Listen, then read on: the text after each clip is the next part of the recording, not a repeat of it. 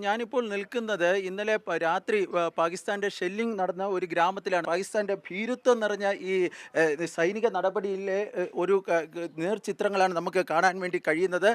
ഇന്നലെ ഈ വീട്ടിലേക്കായിരുന്നു പാകിസ്ഥാന്റെ ഷെല്ലുകളിൽ ഒന്ന് പതിച്ചത്. അതിൻ്റെ ദൃശ്യങ്ങളാണ് നമ്മളിപ്പോൾ കാണുന്നത്. നിയന്ത്രണ രേഖയ്ക്ക് സമീപത്തുള്ള ജനവാസ കേന്ദ്രങ്ങളിലേക്കാണ് ഈ ഷെല്ലുകൾ പതിച്ചിരിക്കുന്നത്. നമുക്ക് ഈ ദൃശ്യങ്ങളിൽ നിന്ന് തന്നെ കാണാവുന്നതാണ്. ഈ ഷെല്ല് ഈ പുറത്തേക്ക്, അതായത് അതിർത്തിക്ക് അപ്പുറത്ത് നിന്ന് വന്ന ഷെല്ല് ഈ കെട്ടിടത്തിൻ്റെ മുകൾ ഭാഗം തുരന്നാണ് ഉള്ളിലേക്ക് വന്നത്. ഇതിൻ്റെ ഈ പല സ്ഥലങ്ങളിലും സാധാരണക്കാരായ ആൾക്കാർക്ക് നേരെയായിരുന്നു ഈ ഷെല്ലുകൾ മറ്റും പതിച്ചിരിക്കുന്നത്. പാകിസ്ഥാൻ്റെ ഈ ഷെല്ലിംഗ്, അതായത് ഈ ഗ്രാമങ്ങളിലേക്കുള്ള ഷെല്ലിങ്ങിൽ നിരവധി വീടുകൾക്കാണ് കേടുപാടുണ്ടായിരിക്കുന്നത്. ഏറ്റവും പ്രധാനപ്പെട്ട കാര്യം, ഇന്ത്യ ഈ പാകിസ്ഥാൻ്റെ ഭീകര കേന്ദ്രങ്ങൾക്ക് നേരെ ആണ് ലക്ഷ്യമിടുന്നതെങ്കിൽ പാകിസ്ഥാൻ ഇതുപോലെ സാധാരണക്കാരായ അവരെ അധ്വാനിച്ചുണ്ടാക്കിയ ഇതുപോലെയുള്ള ചെറിയ കെട്ടിടങ്ങൾക്ക്, ഈ നിയന്ത്രണ രേഖയ്ക്ക് സമീപത്തുള്ള ഇതുപോലുള്ള ചെറിയ കെട്ടിടങ്ങളിലാണ് ഈ ആക്രമണം നടത്തുന്നത്. കൽ ക്യാ ये रात को हुए। रात को कितने बजे?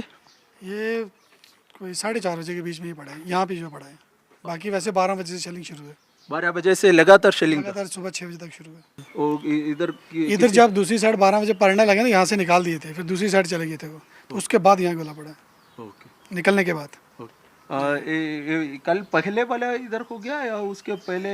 नहीं, ये जो कल शाम को पड़े ना 12 बजे, हाँ, ये जो 12 बजे के बीच में 2-3 बजे के बीच में पड़ा, वो इधर पड़ा। ഈ 12:30 കൂടി നാട്ടുകാരെ എല്ലാം ഈ ബങ്കർ പോലെയുള്ള സാധനം ഒരു സമീപത്തുണ്ടായിരുന്ന ഒരു ഇതിലേക്ക് മാറ്റിയിരുന്നു. അതുകൊണ്ട് തന്നെ വലിയ ഇവിടെ ഈ ഉണ്ടായ ഷെല്ലിങ്ങിൽ കാര്യമായ തോതിലുള്ള അപകടങ്ങളൊന്നും തന്നെ ഉണ്ടായിട്ടില്ല. ആൾക്കാർക്ക് വലിയ തോതിലുള്ള ഒരു പുനരധിവാസത്തിലേക്ക് കാര്യങ്ങൾ കടക്കുകയാണ്. ആ നടപടികളിലേക്ക് സർക്കാരും അതുപോലെ തന്നെ നാട്ടുകാരുമൊക്കെ കടക്കുകയൊക്കെ ചെയ്തിട്ടുണ്ട്. ഈ പൂഞ്ചിലേക്ക് ആൾക്കാർ വരുന്നത് വളരെ കുറവാണ്. കാരണം